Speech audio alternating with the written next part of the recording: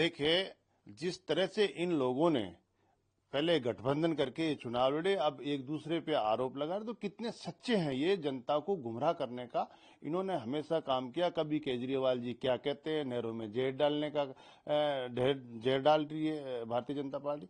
तो इस तरह की अब जनता समझ चुकी है इनके जितने गुमराह करने की, और झूठ का भी अंत होता है, लेकिन झूठ बहुत अति हो गई है, इसलिए अब जनता विश्वास नहीं कर रही। और जिस तरह से जनता का मैं दिल्ली में घूम रहा हूं, जनता का जो सोच है, हमारे यशस्वी प्रधानमंत्री नरेंद्र मोदी जी ने जो 11 साल में इस हिंदुस्तान का विश्व में नाम रोशन किया है, अब उम्मीद है कि केजरीवाल केवल और केवल झूठ बोलकर एक वोट बटोरने का काम कर रहा है। वहां पे लोगों के कोई राशन कार्ड नहीं बन रहा, पेंशन नहीं बन रही, और जो रोडें हैं उनमें खड्डों में तब्दील है।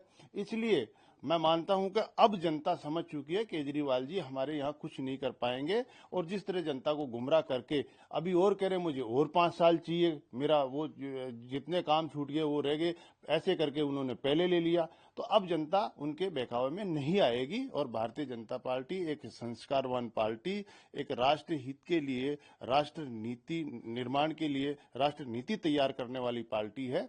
निश्चित रूप से लोगों को भरोसा है और अब की बार दिल्ली में भारतीय जनता पार्टी की सरकार आएगी। हर कोने में अच्छा माहौल है और भारतीय जनता पार्टी यशस्वी प्रधानमंत्री नरेंद्र मोदी जी के पक्ष में मतदान होगा।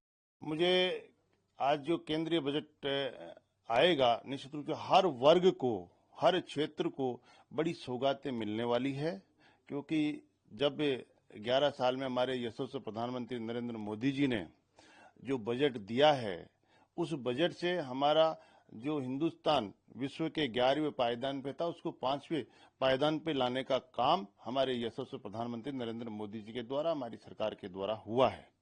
और अब भी मुझे उम्मीद है कि ये राजस्थान को ही नहीं, अपितु पूरे हिंदुस्तान को, हर वर्ग को, हर क्षेत्र को सौगातें मिलने वाली है, जिससे हमारे यशस्वी प्रधानमंत्री जी का विजन है विकसित भारत का, उस विकसित भारत की परिकल्पना को पूरा करने के लिए निश्चित रूप से एक अच्छा बजट होगा, अच्छी सौगातों का बजट होगा।